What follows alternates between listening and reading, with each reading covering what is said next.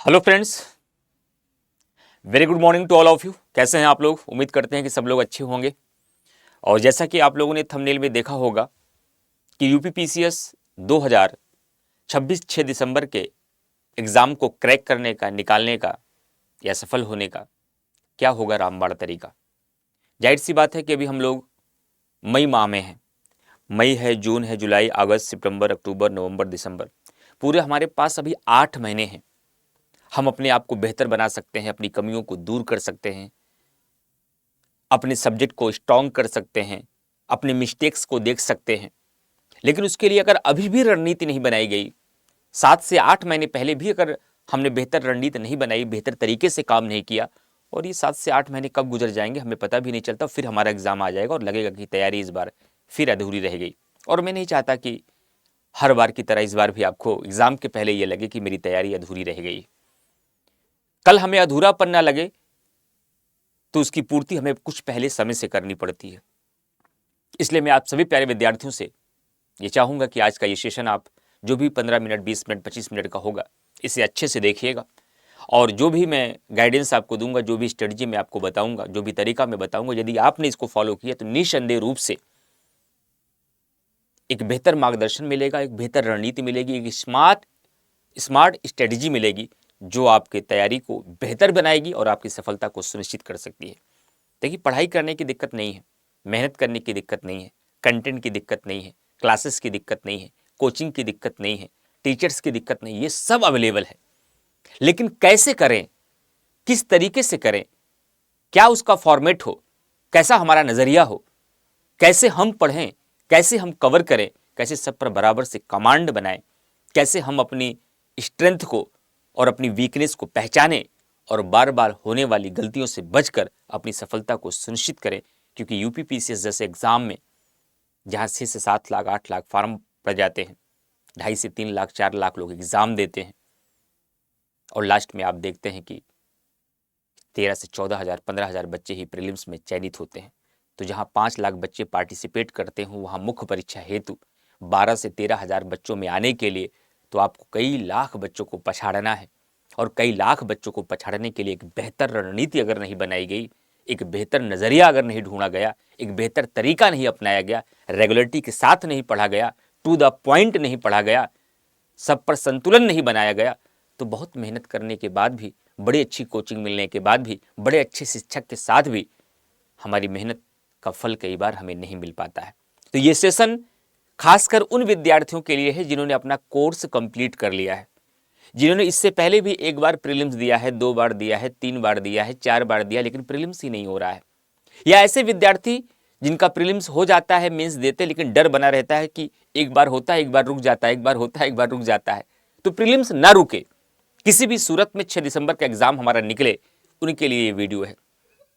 एक strategy video में और बनाऊंगा, वो उन विद्यार्थियों के लिए होगा जिनका 6 दिसंबर का पहला अटेम्प्ट होगा और जिनका भी कोर्स भी नहीं पूरा हुआ है। कोर्स पूरा करने के साथ साथ अक्टूबर तक कोर्स पूरा हो रहा है और दिसंबर में जाकर उनको एग्जाम देना है। तो क्या यह भी पॉसिबिलिटी है कि फर्स्ट अटेम्प्ट में भी प्रीलिम्स निकाला जा सकता है? हर बार कम से कम 2000 बच्चे फर्स्ट अटेम्प्ट में निकाल देते हैं। तो फर्स्ट अटेम्प्ट में क्या करना है? अभी हम अपना कोर्स पूरा कर रहे हैं, पहली बार पढ़ रहे हैं, पहली बार में हमें 6 दिसंबर को कैसे क्रैक करना है, उसके लिए मैं वीडियो अलग से बना दूंगा। तो ये वीडियो किन बच्चों के लिए है सर? ये वीडियो उन बच्चों के लिए है जो second time, third time, fourth time, fifth time अपना प्रीलिम्स दे रहे हैं, जिनका कोर्स पूरा हो चुका है, जो सेल्फ स्टडी के माध्यम से, किसी कोचिंग के माध्यम से, किसी टीचर के माध्यम से, किसी मेंटोर के माध्यम से, किसी के गाइडेंस में रहकर एक बार थॉरोली अपने कोर्स को पढ़ चुके हैं, सिलेबस को पूरा कर चुके हैं, लेकिन स्कोर बेहतर नहीं हो रहा है। हम उस कट ऑफ तक नहीं पहुंच पा रहे हैं जहां से हमारा सिलेक्शन हो जाना चाहिए। हम क्या अभी से रणनीति बनाएं कि जो पढ़ा हुआ विषय है उसमें हमारा अच्छा स्कोर होने लगे, हमारे क्वेश्चन सही होने लगे, सब्जेक्ट पर हमारी कमांड बनने लगे, सभी विषयों में बराबर का संतुलन बन जाए और एग्जाम में जाकर हम 95+ स्कोर करके आ पाए। क्वेश्चन की बात कर रहा हूं, नंबर की बात नहीं। तो क्या वो बच्चे ये सेशन नहीं देख सकते जिनको 6 दिसंबर को पहली बार देखना है?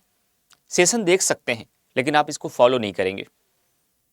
आपकी स्ट्रेटजी थोड़ा दूसरी होगी। जिनको पहली बार देना है, जिनका भी कोर्स कंप्लीट ही नहीं हुआ है, अक्टूबर तक कंप्लीट होगा, सितंबर तक होगा, या नवंबर तक होगा, या अगस्त तक होगा।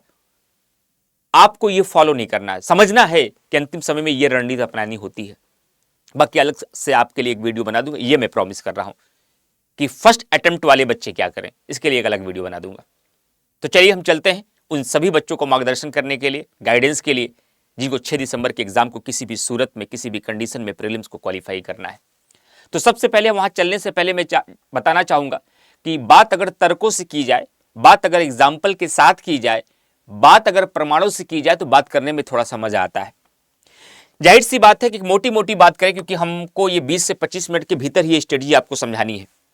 अगर मैं मोटे तौर पर बात करूं कि अभी तक हम 2025 के प्रीलिम्स के पहले 2025 के प्रीलिम्स के पहले हम ये मानते हुए आ रहे थे कि अगर हमारा 90 प्लस स्कोर रहेगा माइनस मार्किंग के बाद, ये नंबर की बात नहीं कर रहे हैं, ये क्वेश्चन की बात कर रहे हैं, ये क्वेश्चन की बात कर रहे हैं। अगर हमारा जीएस में स्कोर 90 प्लस रहेगा तो प्रीलिम्स होने की संभावना हो जाएगी।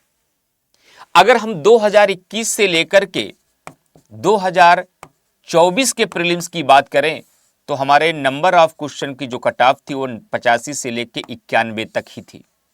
इसका मतलब 90 प्लस हम सेफ जोन में आ जाते थे। लेकिन ये परिवर्तन अचानक से 2025 में आ गया। बच्चों ने 90 को आधार बनाया, खूब मेहनत की, प्रैक्टिस किया, और बहुत सारे बच्चे 92 पहुंचकर, 93 पहुंचकर, 94 पहुंचकर निराश हो गए। कहना क्या चाह रहे हैं आप? हम कहना ये चाह रहे हैं कि 2025 में जो कट ऑफ तो अभी आएगी नहीं, कट ऑफ तो तब आती है आयोग के द्वारा जब फाइनल रिजल्ट आ जाता है। लेकिन जो एक कयास लगाया जाता है, जिन बच्चों को आप जान रहे हैं कि इनका 93 था नहीं हुआ, इनका 92 था नहीं हुआ, इनका 95 था हो गया, तो एक अंदाज़ा लग जाता है शिक्षक को भी और कंपटीटर बच्चों को भी कि क्या कट ऑफ इस बार गई, कितने पे लगभग हुआ। और इस बार की कट ऑफ 94 टू 95 नजर आ रही थी। ये नंबर नहीं बता रहा हूँ, ये क्वेश्चन बता रहा हूँ, ये बात मैं बार बार बोल रहा हूँ। 95 क्वेश्चन जिसका माइनस मार्किंग के बाद था, 94 क्वेश्चन जिसका माइनस मार्किंग के बाद था, चाहे वो जनरल हो, ओबीसी हो, ईडब्ल्यूएस हो, तो 94 प्लस कट ऑफ इस बार चली गई। इसका मतलब है कि एक कट ऑफ का एक आइडिया जो मोटा मोटा अगर हम लेकर चलें तो बहुत कठिन पेपर आ जाएगा तो 25 आएगा, बहुत आसान पेपर आएगा तो 95 आएगा। इसी 10 क्वेश्चनों के बीच आपकी कट ऑफ जो है पेंडुलम की तरह घूमती रहेगी, कभी यहाँ कभी यहाँ, कभी यहाँ कभी यहाँ। ये इस ग्राफ का मतलब आप समझ गए होंगे, कभी 85, कभी 88, कभी 90, कभी 91, कभी 92, कभी 85, फिर कभी 86, कभी 88, कभी 93, कभी 94। लेकिन 85 से कम भी नहीं जाएगी और 95 से ज़्यादा भी नहीं जाएगी। कितना भी सरल पेपर आ जाए, इतना सरल पेपर भी यूपीपीसीएस कब नहीं आता। पेपर धीरे धीरे स्टैंडर्ड बढ़ता ही जा रहा है। तो इसका मतलब है कि नीचे वाले से तो कोई मतलब नहीं है, ये तो पेपर कठिन होने पर ऐसा होगा। हमारा टारगेट क्या होना चाहिए? 95 प्लस का टारगेट होना चाहिए। हम ऐसी रणनीति बनाएं कि 95 प्लस करके आए, ताकि हमारा प्रीलिम्स एग्जाम देने के बाद हम मेंस की तैयारी तुरंत शुरू कर दें। इससे प्लस रहना है, तभी आप मेंस के बारे में सोच पाएंगे। इससे प्लस जाने के लिए हम क्या करें सर? इसके लिए सबसे पहले आपको यह देखना पड़ेगा कि पिछले 5 सालों में, खासकर 25 में, 24 में, 23 में, 22 में, 21 में, मैंने पीछे का भी दे दिया है 16 तक, लेकिन पिछले 5 सालों का सबसे ज्यादा इंपॉर्टेंट है। 21 से लेकर 25 तक के पेपर को खंगालना होगा, उसका ट्रेंड एनालिसिस करना होगा। लेटेस्ट पैटर्न उत्तर प्रदेश लोक सेवा आयोग का क्या चल रहा है। पैटर्न का मतलब लेवल ऑफ क्वेश्चन की बात नहीं कर रहा हूं, ये तो अपने अपने सब्जेक्ट के जो एक्सपर्ट हो ये यूट्यूब पे आपको बताएंगे, और मैं भी पॉलिटी के लिए, करंट के लिए, यूपी स्पेशल के लिए उपस्थित रहूंगा।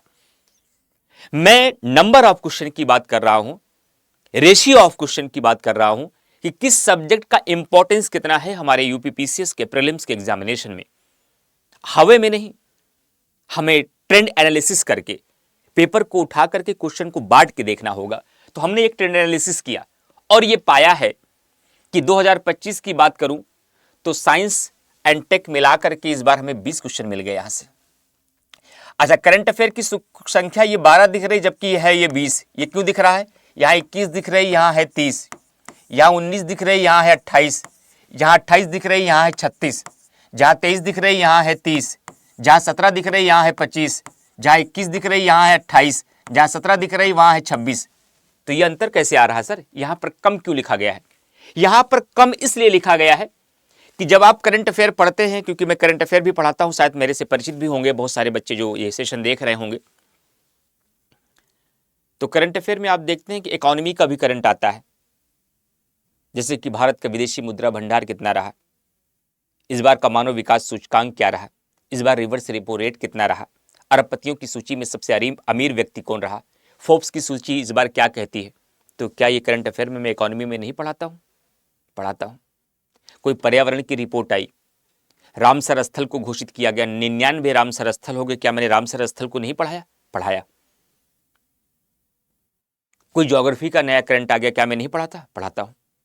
इसका मतलब यह है कि जो क्वेश्चन यहां पर 12 आपको दिख रहे हैं, इसलिए दिख रहे हैं क्योंकि यहां पर इकोनॉमी वाले, इन्वायरमेंट वाले, ज्योग्राफी वाले, साइंस वाले, टेक्नोलॉजी वाले, यूपी स्पेशल वाले करंट अफेयर यहां से बाहर कर दिए गए, उस सब्जेक्ट में जोड़ दिए गए हैं। हालांकि ये सारी चीजें मैं करंट अफेयर में ही आपको तैयार करा देता हूं, ये ध्यान रखिएगा। तो कुल मिला के इंपॉर्टेंस आप इस प्रकार से समझिएगा कि करंट अफेयर की भूमिका इस बार 20 प्रश्नों की रही है, लेकिन इस 20 प्रश्न में इकोनॉमी के भी करंट अफेयर शामिल होंगे, साइंस के भी होंगे, इन्वायरमेंट के भी होंगे, और साथ ही साथ आपके यूपी स्पेशल के भी होंगे, और साथ ही साथ आपके ज्योग्राफी के भी होंगे, साइंस एंड टेक के भी होंगे। तब जाकर इसकी संख्या 20 हो जाएगी, इसकी संख्या 30 हो जाएगी, इसकी 28 हो जाएगी, इसकी 36 हो जाएगी। और मैं करंट अफेयर जब पढ़ाता हूं आपको, तो मैं इन्वायरमेंट का भी करंट अफेयर पढ़ाता हूं, इकोनॉमी का भी पढ़ाता हूं, साइंस का भी पढ़ाता हूं, टेक्नोलॉजी का भी पढ़ाता हूं, ज्योग्राफी का भी पढ़ाता हूं। ये काम तो मैं आपके लिए यूट्यूब पर ही कर देता हूं। अगर आप हमसे परिचित हैं, और नहीं परिचित हैं तो शाम को 7 से 8 इसी चैनल पर, जहां आप ये सेशन देख रहे हैं, स्टेट पीसीएस, इस पर आप डेली 7 बजे मिलिए। किसी भी स्टेट की तैयारी आप करते हो, करंट अफेयर का समाधान आपका यहीं पर हो जाएगा। तो करंट अफेयर की एक बड़ी भूमिका है। तो हम देख पा रहे हैं कि अगर हम इसको करंट अफेयर से यहां निकाल लें तो इनकी संख्या घटेगी और सबकी बढ़ेगी। हालांकि इसको हम अभी नहीं निकालते हैं। मान लेते हैं कि साइंस एंड टेक की भी भूमिका 20 है, करंट की 12 है, ज्योग्राफी की 32 है, पॉलिटी की 22 है, हिस्ट्री की 26 है, इकोनॉमी की 13 है, स्टेट की यूपी स्पेशल की 7 रही, इन्वायरमेंट की 14 रही, मिसलेनियस यानी कि स्टैटिक जीके 4 थे। केवल 2 बार नहीं आए, लेकिन हमेशा मिसलेनियस के सवाल आए हैं जो बच्चा कभी पढ़ता ही नहीं। और इसको भी हम अपने करंट अफेयर की क्लास में शाम को 7 बजे स्टैटिक जीके अलग से कराते हैं। स्टैटिक जीके में सामान्य ज्ञान आ जाता है, जिसमें ओपेक की स्थापना, ब्रिक्स के बारे में, दक्षेस के बारे में, सार्क के बारे में, कोई किताब के बारे में, कोई सम्मेलन के बारे में, किसी योजना के बारे में, जो स्टैटिक चीजें हैं, जो सामान्य ज्ञान की चीजें हैं, वो सब यहाँ पर आपकी पूछी जाती है। और इस पूरे अवलोकन को अगर मैं एक एक करके बताऊंगा, टाइम ज्यादा लगेगा, लेकिन मैंने इसका एनालिसिस कंप्लीट कर लिया है। और इस कंप्लीट एनालिसिस करने के बाद मैं इस निष्कर्ष पे पहुंचा हूं, मैं इस कंक्लूजन पे पहुंचा हूं कि हमने ये पाया है कि हिस्ट्री, ज्योग्राफी एंड पॉलिटी ये कोर सब्जेक्ट है, ये कोर सब्जेक्ट है। लेकिन ऐसा बोलते ही आपको ये कदापि नहीं समझना है कि हमें इकोनॉमी, साइंस एंड टेक को हल्के में लेना है। ऐसा बोलते ही आपको ये कदापि नहीं समझना है कि यूपीपीसीएस जैसे एग्जाम में करंट अफेयर, यूपी स्पेशल, जनगणना और मिसलेनियस यानी कि विविध की भूमिका कम है। अब आप शायद समझ गए होंगे कि मैं कहना क्या चाह रहा हूं। अब आप शायद समझ गए होंगे कि मैं कहना क्या चाह रहा हूं। हिस्ट्री, ज्योग्राफी, पॉलिटी, यहां ज्योग्राफी में केवल ज्योग्राफी नहीं है, यहां इन्वायरमेंट भी शामिल है। और हिस्ट्री, ज्योग्राफी और पॉलिटी को इन्वायरमेंट के साथ अगर मैं जोड़ के बताऊं तो हमेशा यहां से इन तीनों सेगमेंट से 80 क्वेश्चन आता है। हिस्ट्री और ज्योग्राफी का एवरेज हम 25 से 30 रखते हैं, 25 से 30 रखते हैं, इन्वायरमेंट के साथ ज्योग्राफी है। और पॉलिटी का, ये हिस्ट्री का एवरेज है, ये ज्योग्राफी का एवरेज है। और पॉलिटी की बात करें, इसका एवरेज 20 से 25 होता है। यूपीपीसीएस जैसे एग्जाम में मिनिमम 20 सवाल मिलता है, मैक्सिमम 25 तक मिला है। इसी के बीच में पेंडुलम घूमता रहता है पॉलिटी का। हिस्ट्री के सवाल minimum 25, maximum 30, geography plus environment अगर आप मिलाते हैं तो ये भी आपको 25 से 30 देते हैं। और ये तीनों का संतुलन मिला लें, एवरेज मिला लें, तो ये तीनों हमें 80 क्वेश्चन देते हैं। और ये सब्जेक्ट ऐसे हैं कि जब आप कोचिंग करते हैं, जब आप किसी टीचर से पढ़ते हैं, या आप सेल्फ स्टडी करते हैं तो पहली किताब किसकी उठाते हैं आप? इन्हीं तीनों में से किसी एक की उठाते हैं। गलत नहीं करते आप, सही कर रहे हैं, क्योंकि ये कोर सब्जेक्ट हैं। आपने क्या तैयारी सीधा इकोनॉमी से स्टार्ट की थी? क्योंकि तैयारी आपने सीधा साइंस से स्टार्ट की थी? नहीं की थी, क्योंकि थोड़ा सा टेक्निकल सब्जेक्ट है और शुरू करते ही टेक्निकल सब्जेक्ट में आप जाकर थोड़ा फंसना नहीं चाहते हैं। आप सोचते हैं हिस्ट्री, ज्योग्राफी, पॉलिटी थोड़ा बहुत बीए में भी हमने पढ़ा है, ग्रेजुएशन में भी पढ़ा है, हाई स्कूल इंटर में भी पढ़ा है, लाओ यहीं से शुरू करते हैं, और करना भी यहीं से चाहिए। और शायद जिन बच्चों से मैं बातचीत कर रहा हूँ ये सब कर चुके हैं, अब मैं फाउंडेशन नहीं पढ़ा रहा हूँ मैं आपको। तो कुल मिला के मैं ये कहना चाहता हूं कि हिस्ट्री और ज्योग्राफी और पॉलिटी की भूमिका आपकी 80 प्रश्नों की है। इस पर अपनी सारी ताकत आपको झोंक देनी है। इतनी ताकत इस पर झोंकनी है कि आप 80 प्रश्नों में 70 प्रश्न सही करने का कमांड रखें। अतिशयोक्ति तो नहीं बोल रहे हैं सर, आप हाइपरबोली तो नहीं बोल रहे? नहीं, ये कोई अतिशयोक्ति नहीं है। हिस्ट्री, ज्योग्राफी और पॉलिटी जैसे सब्जेक्ट में 80 सवालों में 70 करना कोई अतिशयोक्ति नहीं है। आप 1 साल नहीं, 2 साल नहीं, 3-3 साल, 4-4 साल से पढ़ रहे हैं ये विषय, और मैं पॉलिटी पढ़ाऊंगा तो 20-25 मैं यूट्यूब पर भी कराऊंगा, बैचेस में कराता हूं, आप लोग पढ़े भी हैं। मैं ये पूरा क्लेम ले रहा हूं, पूरा दावा कर रहा हूं और पूरी जिम्मेदारी भी ले रहा हूं, पूरी जवाबदेहिता मेरी होगी कि आप इसमें 25 आएगा तो 20, 20 आएगा तो 17-18 करके आएंगे। और अच्छे बच्चे, मेहनती बच्चे जो टीचर से ज़्यादा अपना एफर्ट लगाते हैं, वो 25 में 25 भी कर सकते हैं, वो 20 में 20 भी कर सकते हैं। लेकिन मैं फिर भी 10 क्वेश्चन गलत करने की इजाज़त दे रहा हूं। कहने का मतलब इसको एकदम निचोड़ देना है, इस सब्जेक्ट को एकदम खंगाल देना है, रिसर्च के रूप में नहीं, परीक्षा के डिमांड के रूप में, कि एग्जाम कहां से सवाल उठा रहा है, कहां से क्वेश्चन पूछ रहा है, किस तरीके से सवाल पूछे जा रहे हैं। उन सेगमेंटों को, उन टॉपिक को एकदम निचोड़ के ऐसा पढ़ना है कि एक सवाल गलत ना होने पाए। इतना कायदे से एफर्ट लगा देना है। लेकिन इस एफर्ट पे अगर आप रुके तो मामला गड़बड़ हो जाएगा।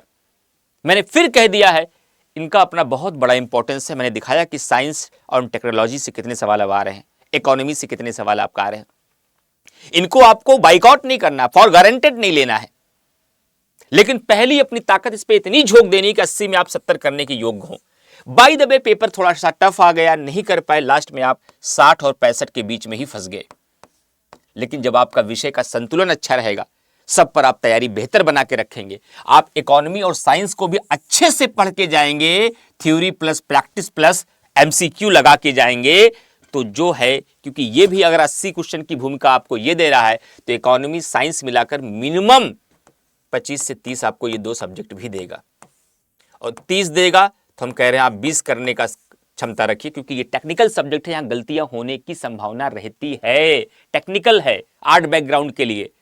और जो बीटेक करके आएंगे, जो एमबीबीएस करके आ रहे हैं सिविल सर्विसेज में, उनके लिए थोड़ा आसान हो जाता है ये सेगमेंट। उनके लिए यही एडवांटेज हो जाता है कि यहां बेहतर कर लें, ये उनका अपने आप ठीक रहता है। और अगर यहां पर आप 25 ये संख्या रहती है तो आप 15 से 17 का टारगेट बनाइए कि 15-17 क्वेश्चन मुझे करना है। 10 क्वेश्चन यहां गलत करने का यहां भी करिए आप। और मैंने कहा कि अगर 80 में आपने यहां 70 कर लिया, और वहां हम कह रहे हैं कि मिनिमम वाला आया 25, और 25 में केवल आप 15 करके आए, तो 70-15 कितने पे आप पहुंच चुके हैं? आप 85 के स्कोर पर पहुंच चुके हैं। अभी मैंने करंट अफेयर की बात नहीं की, मैंने यूपी स्पेशल की बात नहीं की, मैंने जनगणना की बात नहीं की, मैंने मिसलेनियस की बात नहीं की, और ये सारी जिम्मेदारी मेरी है, ये सारी जिम्मेदारी मेरी है। ये सब कुछ मैं पढ़ाता हूं, और कमाल ये है कि इसके लिए शुल्क लेके नहीं पढ़ाता हूं। इसमें से हो सकता है आपको कभी कभी यूपी स्पेशल पढ़ने के लिए बैचेस में आना पड़ता है, बाकी जनगणना, करंट अफेयर और मिसलेनियस में यूट्यूब पर ही करा देता हूं। और इन सवालों की अगर हम एवरेज को लें 80, 20, 100, अगर हम 100 ले लें, यहां से हम कह रहे हैं 105 ले लें, अगर इनकी भूमिका 80, 25, 105 की है, तो 45 सवालों की भूमिका इनकी है। 45 सवालों की भूमिका इनकी है। अब आप एवरेज को पकड़िए कि हिस्ट्री, ज्योग्राफी, पॉलिटी हमें 80 सवाल देता है, और इकोनॉमी एंड साइंस को टेक्नोलॉजी के साथ मिलाकर 25 से 30 सवाल देता है, ये एवरेज है। लेकिन हमें करंट अफेयर, यूपी स्पेशल, जनगणना और मिसलेनियस मिलाकर भी हमें 45 सवाल दे देता है, ये ध्यान रखिएगा। और इस पर हम कई बार फोकस कम कर देते हैं, और मेरा मानना है कि सिलेक्शन होगा कि नहीं होगा वो इनसे नहीं तय होता, वो यहां से तय होता है। ये आपका अगर स्कोरिंग हो गया, आप 100 पार कर जाएंगे, 100 पार कर जाएंगे, 95 नहीं। और यहां अगर आप गिर गए, ढह गए, तो आप बॉर्डर पे आ जाएंगे। कई बार परिणाम ऐसा होगा कि यार 2 क्वेश्चन से रह गया, 1 क्वेश्चन से रह गया, पॉइंट में रह गए, 3 क्वेश्चन से रह गए, लेकिन अगर आपने यहां खींच दिया तो मामला आपको बन जाएगा। और यहां खींचने के लिए, यहां स्कोर को बढ़ाने के लिए मैं आपके साथ खड़ा हूं, रेगुलर खड़ा हूं, शाम को डेली 7 बजे खड़ा हूं। उसकी चिंता आपको नहीं करनी है, लेकिन एफर्ट लगाना है। मैं तो कहता हूं ना कि भाई पूरी धरा साथ दे तो चलने को, पूरी धरा साथ दे तो अलग बात है, तू जरा साथ दे तो अलग बात है। चलने को तो एक पांव से भी चलते हैं लोग, लेकिन दूसरा भी साथ दे तो अलग बात है। तो मतलब ये कि टीचर कितना भी एफर्ट लगाए, संस्था ने कितना भी एफर्ट लगाए, आपके गार्जियन भी कितना एफर्ट लगाए, आपका एफर्ट का होना बहुत जरूरी है। जब तक आपका एफर्ट बहुत अच्छा नहीं होगा तब तक रिजल्ट नहीं आएगा। और उद्देश्य यही है प्यारे विद्यार्थियों, रिजल्ट लेके आना है, सिलेक्शन लेना है। उसी में आपकी भी जीत है, उसी में हमारी भी जीत है, उसी में आपके पेरेंट्स की जीत है, उसी में सारे संस्थानों की जीत है। वरना हम भी असफल हैं, आप भी असफल हैं, पेरेंट्स भी असफल हैं, संस्थानें भी असफल हैं। सबको सफल बनाने में आपकी कामयाबी शामिल है, और आपकी कामयाबी में सबसे ज़्यादा एफर्ट आपका है। हमारे हाथ में जो है, हम कोशिश कर रहे हैं कि वहाँ बेईमानी ना होने पाए, हम बेहतर से बेहतर आपके लिए कर पाएँ जितना मेरे हाथ में है। लेकिन आपके हाथ में भी जो है, उसके लिए भी आप वादा करिए कि आप बेहतर करेंगे। तो ये मैंने आपको यहाँ पर एक फ्रेमिंग के साथ ये दिखाया कि कैसे बैलेंस है। किसी एक से सिलेक्शन, अगर ये पक्ष कमजोर हुआ तब भी आप बाहर हो जाएंगे, ये पक्ष कमजोर हुआ तब भी बाहर हो जाएंगे, दोनों पर बहुत कमांड है, ये आपका वीक है, तब भी बाहर हो जाएंगे। सारा गेम संतुलन का है, सारा गेम बैलेंस का है। लेकिन इस बैलेंस में मुख्य भूमिका हिस्ट्री, ज्योग्राफी, पॉलिटी की है। लेकिन स्कोर को 100 पार ले जाने के लिए इस पर अधिक कमांड की है, और एकदम सेफ जोन में रहने के लिए संतुलन की है। इन तीनों पर आप कमांड करिए, लेकिन इस पर इतनी मेहनत कर दीजिए कि 80 में 70 करके आइए आप। अब करें कैसे, यही स्टडी बनाने तो आया हूं। अभी तो मैं केवल फ्रेम तैयार किया, मैंने आपको केवल दिखाया कि हमारे 150 प्रश्नों में किन विषयों का कितना महत्वपूर्ण है। और यह डिस्कशन करने के बाद हम लोग इस कंक्लूजन पर पहुंचे हैं, कोई भी विषय अपने आप में कमजोर नहीं है। यह अलग बात है कि 3 विषय ऐसे हैं जिनकी भूमिका अकेले 50% है। ये 3 सब्जेक्ट ऐसे हैं जिनकी भूमिका अकेले 50% से ज्यादा है। 150 में 80 क्वेश्चन हमें केवल ये 3 सब्जेक्ट देते हैं, और उसके बाद ये 2 सब्जेक्ट हमें 25 से 30 देते हैं। और ये ऐसे सब्जेक्ट हैं जो कई बार बाइकआउट हो जाते हैं, इस पर हम ध्यान ही नहीं देते, क्लास में देख लेंगे, लास्ट में कर लेंगे, लास्ट में मैगजीन पढ़ लेंगे, और ये लास्ट के चक्कर में ये 45 क्वेश्चन आपकी कमजोर कड़ी बन जाती है। तो कुल मिलाकर मेरा एक शब्द आपके लिए है कि बैलेंस बनाइए। इस बैलेंस को बनाने के लिए कैसे करें अपनी रणनीति, क्या बनाए फॉर्मेट। अभी हमारे पास सर 8 महीने हैं, अभी हमारे पास 8 महीने हैं, फॉर्मेट क्या बनाएं। पढ़ने का और दूसरा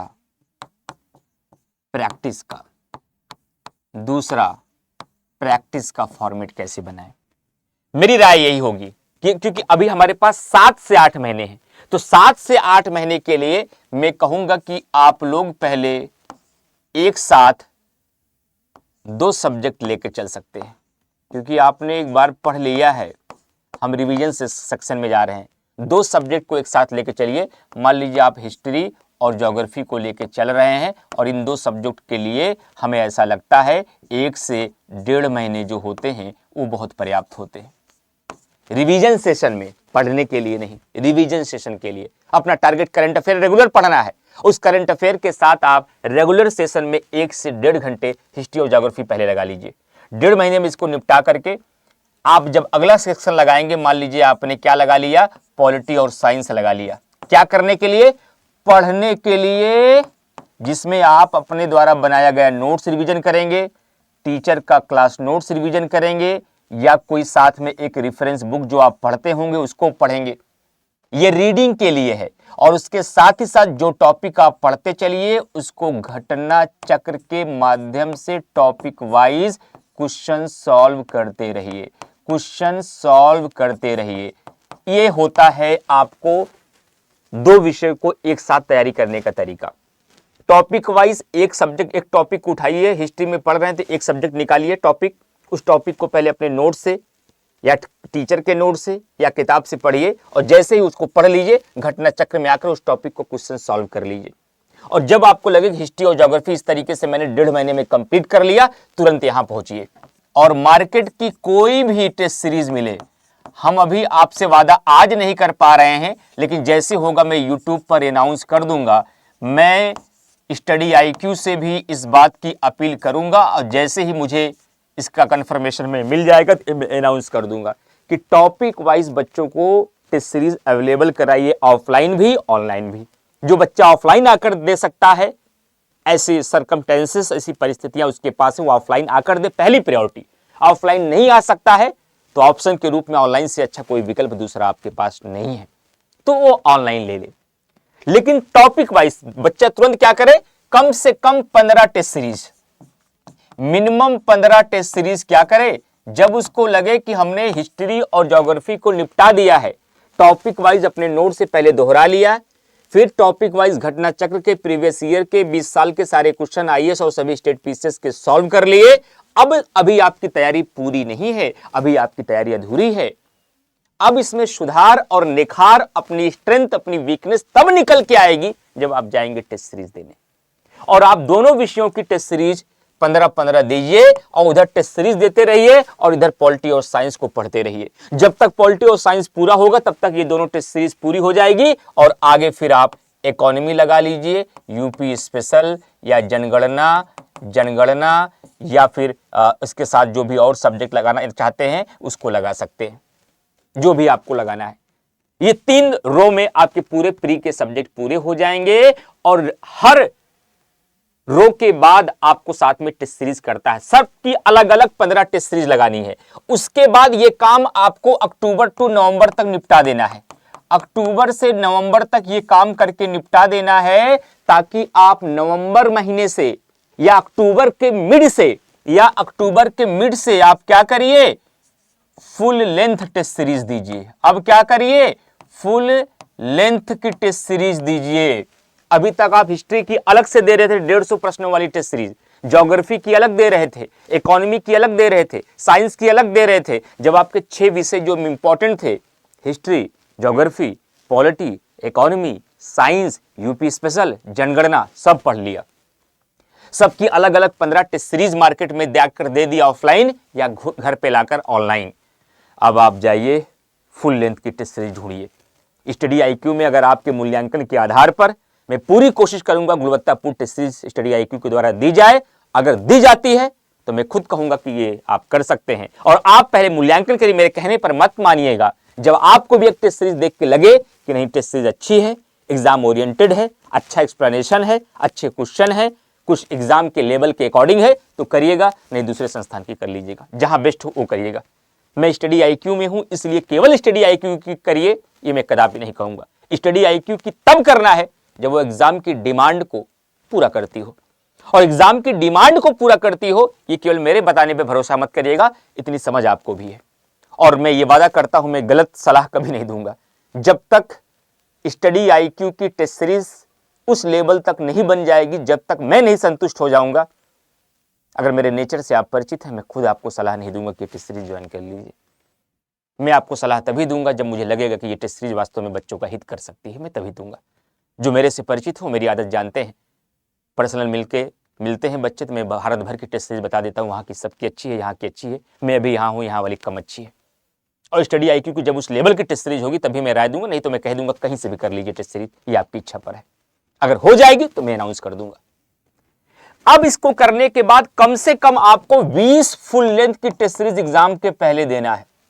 फुल टेस्ट सीरीज जिसमें 150 सवाल वैसे हो जैसे एग्जाम में आते। मिनिमम, मैक्सिमम तो आप 50 लगा के जाइए, मैक्सिमम तो आप 50 लगा कर जाइए, और जितना लगाएंगे उतना निखरेंगे और उतना खिलेंगे, तब जा करके निचोड़ पूरा सब्जेक्ट का बाहर आएगा। और इसके साथ साथ करंट अफेयर, इसके साथ साथ करंट अफेयर्स, स्टैटिक जीके, और जनगणना, जीएस बेसिक यानी सामान्य ज्ञान, जो कई बार हम लोग किताब में नोट्स में टीचर द्वारा नहीं पढ़ते हैं, ये सारी चीज़ें मैं आपको, जो 45 क्वेश्चन वाली कड़ी है, यूपी स्पेशल अगर छोड़ दे 40 ही मानिए, लेकिन जीएस बेसिक जोड़ देंगे तो इसको 50 मानिए, ये मैं यूट्यूब पे कराता रहूँगा शाम को 7 से 8। ये रेगुलर आप करते रहिए, कहीं जाने की ज़रूरत नहीं।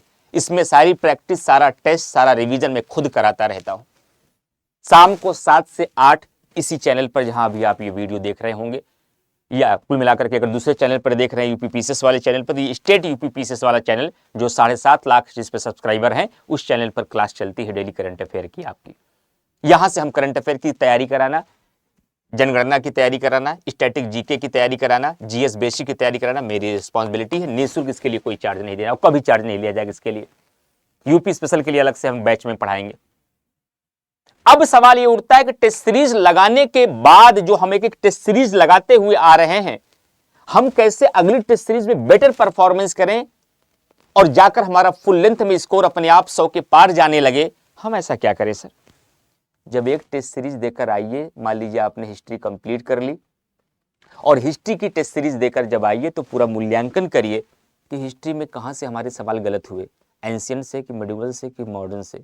एंशियंट में गलत हुए तो गुप्त से कि मौर्योत्तर से कि पाषाण से कि सिंधु सभ्यता से, कहाँ से क्वेश्चन गलत हो रहे हैं। मॉडर्न में कहाँ से गलत हो रहा है, डेट वाला, फैक्ट वाला, सम्मेलन वाला, युद्ध वाला कि प्रेस पत्रिका का विकास वाला, कहाँ से सवाल गलत हो रहे हैं। जो गलत हुआ उसकी आकर तुरंत लिस्ट बनाइए और अगली टेस्ट सीरीज जब हिस्ट्री की देने जाइए तो वही पढ़िए जहां से गलत हुआ है, ताकि वहां से सवाल अगली बार गलत नहीं होना चाहिए। और हर टेस्ट सीरीज के बाद अगर आपने अपनी कमी की लिस्ट बना ली और अगली टेस्ट सीरीज में उसको सुधार कर दिया, 15 टेस्ट सीरीज देने के बाद हिस्ट्री का कोई हिस्सा आपका कमजोर नहीं बचेगा। टेस्ट सीरीज देने के बाद अगर आपने अपनी स्ट्रेंथ और अपनी वीकनेस का अंदाजा नहीं लगा पाए तो टेस्ट सीरीज देने का कोई मतलब नहीं है।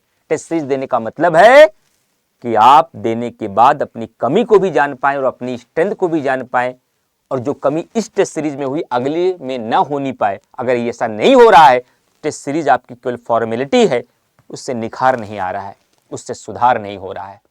और जब ऐसा टॉपिक वाइज करके अपने आप में सुधार कर रहे हैं और जब फुल लेंथ की टेस्ट सीरीज शुरू करेंगे, तब जब एनालिसिस करिए तो देखिए कि आज की टेस्ट सीरीज में मेरा स्कोर 80 चला गया, बहुत कम हो गया।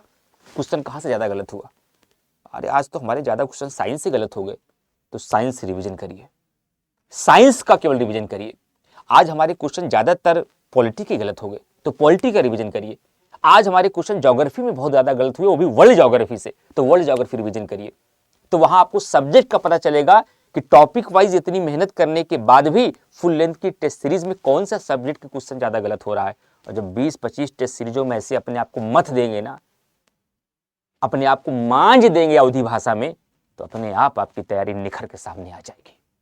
और ऐसा करते समय, आपको टेस्ट सीरीज देते समय, रिवीजन करते समय, प्रैक्टिस करते समय, घटना चक्र को सॉल्व करते समय अपना शॉर्ट नोट्स भी तैयार करा लेना है, अपना शॉर्ट नोट्स भी तैयार कर लेना है, जो एग्जाम के 10 दिन पहले जाकर देखना है। 10 दिन पहले जाकर के देखना है। किस तरीके से?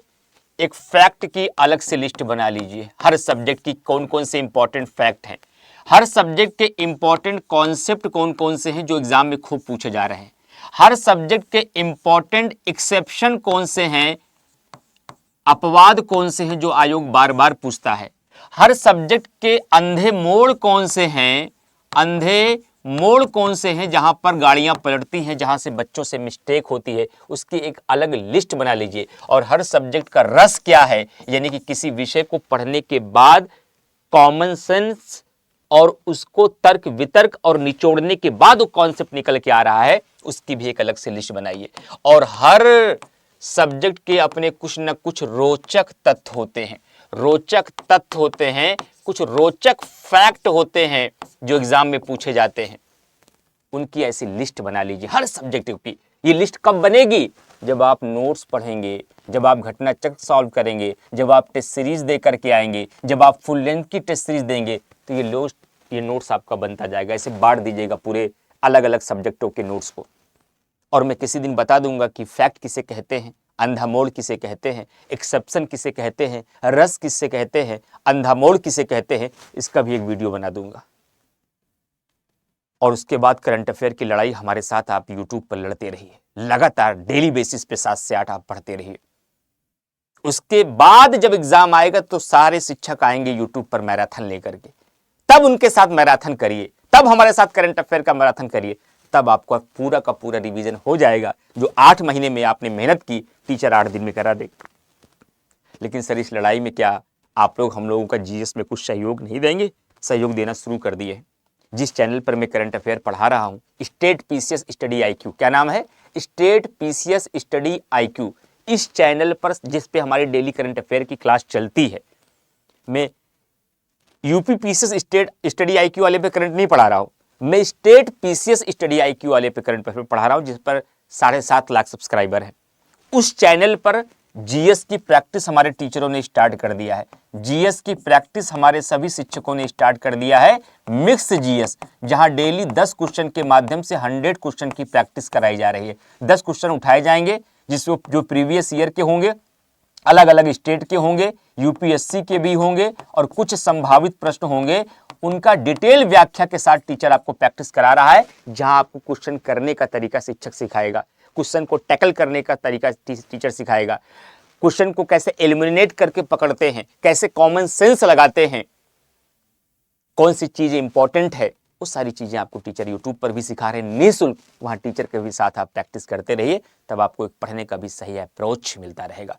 इस रणनीति के साथ आज इस वीडियो देखने के बाद अपनी रणनीति आप बना लीजिए, अपना टाइम टेबल आप तैयार कर लीजिए और अपने अकॉर्डिंग काम शुरू कर दीजिए। अगर ये काम आपने 6 दिसंबर के पहले तक कर दिया तो मेरा दावा है हर बार आप जो 5 question, 10 question, 15 question, 20 question, 25 question से पीछे रह जा रहे थे, इस बार आप 100 पार चले जाएंगे। 100 पार चले जाएंगे तो शायद लगभग 35 या 36 मिनट के भीतर मैंने ये सारी बातें आपने समझाई, आपको मैंने समझाई। अगर इस 36 मिनट की हर एक बात को आपने आत्मसात कर लिया, इसका व्यवहार में पालन कर लिया, जीत व्यवहार में पालन से होती है। देश में बहुत योजनाएं हैं, बहुत कार्यक्रम हैं, लेकिन उसकी सफलता इस बात पर टिकी है कि उसका क्रियान्वयन हो रहा है या नहीं। तो देश में बहुत सारे मोटिवेटर हैं, बहुत सारे मेंटोर हैं, बहुत सारे शिक्षक हैं, बहुत सारी कोचिंगें हैं, लेकिन उसकी सफलता इस बात में निहित है कि उसका मार्गदर्शन जो विद्यार्थी सुनते हैं उसको अपने किरदार में शामिल करते हैं या नहीं, उसका इम्प्लीमेंटेशन करते हैं, केवल सुनकर सोचकर छोड़ देते हैं। अगर आप इम्प्लीमेंटेशन करेंगे, अगर इसको आप लागू करेंगे तो 6 दिसंबर के बाद आपके चेहरे पर मुस्कान होगी। ये मेरा वादा और मेरी दुआएं, मेरा आशीर्वाद है आपके लिए। तो उम्मीद करते हैं कि ये स्ट्रेटजी आपके यूपी पीसीएस 2026 6 दिसंबर की तैयारी को एक नया मोड़ देगी, एक नया आयाम देगी, जिसके माध्यम से आपकी तैयारी बेहतर हो पाएगी। एक वीडियो और बना दूंगा फर्स्ट अटेम्प्ट वाले बच्चों के लिए। ये वीडियो हमारा उन बच्चों के लिए था जिनका दूसरा है, तीसरा है, चौथा है, 5वां है, जो एक बार पढ़ चुके हैं अपने सिलेबस को। कमेंट करके सारे विद्यार्थी जितने भी लोग सेशन देख रहे होंगे जरूर बताइएगा कि ये स्टडी आपके लिए कितना कारगर साबित होगी, और मेरे से क्या राय चाहते हैं, और मेरे से कैसा स्ट्रेटजी वीडियो चाहते हैं, किस मुद्दे पर चाहते हैं, आप लोग कमेंट करिएगा। मैं ऐसा मार्गदर्शन सामूहिक रूप से करता रहूँगा, क्योंकि ऑनलाइन दुनिया का यही फ़ायदा है। हम एक स्थान से एक कमरे में खड़े होकर पूरे भारत भर के उन तमाम बच्चों का मार्गदर्शन कर सकते हैं जो अलग अलग जिलों में हैं, अलग अलग कमरों में हैं, अलग अलग झोपड़ी में हैं, अलग अलग घरों से हैं। फ़ोन पर मैं कितने से बात करूँगा, पर्सनली प्रयागराज और दिल्ली में कितने लोगों से मिलूंगा, लेकिन यहाँ खड़ा होकर आपके सवालों को महसूस कर कर मैं लाखों बच्चों का मार्गदर्शन कर सकता हूँ और मैं करता रहूँगा। और भी जो सहयोग मेरे से चाहिए आप लोग कमेंट करके बताइएगा, मैं आपके हर सवाल का उत्तर वीडियो के माध्यम से ऐसे देता रहूँगा। तो उम्मीद करता हूँ कि आप लोग इसका पालन जरूर करेंगे। और बाकी हमारा टेलीग्राम चैनल जो है वो GS विथ इमरान सर है। इस टेलीग्राम चैनल पर हमारे करंट अफेयर की PDF मिलती है। GS विथ इमरान सर नाम से हमारा टेलीग्राम चैनल है। इस टेलीग्राम चैनल पर आप हमसे जुड़ करके सारा कंटेंट, सारा PDF, वीडियो और हमसे जुड़ी कोई भी वीडियोस और कोई भी सूचनाएं आप प्राप्त कर सकते हैं। Thank you very much to all of you. इसे अधिक से अधिक शेयर करिएगा, अपने सभी ग्रुप में सभी दोस्तों तक भेजिएगा, ताकि आपके सभी कलीग्स, सभी साथी तक ये मार्गदर्शन पहुंच सके। Thank you very much to all of you.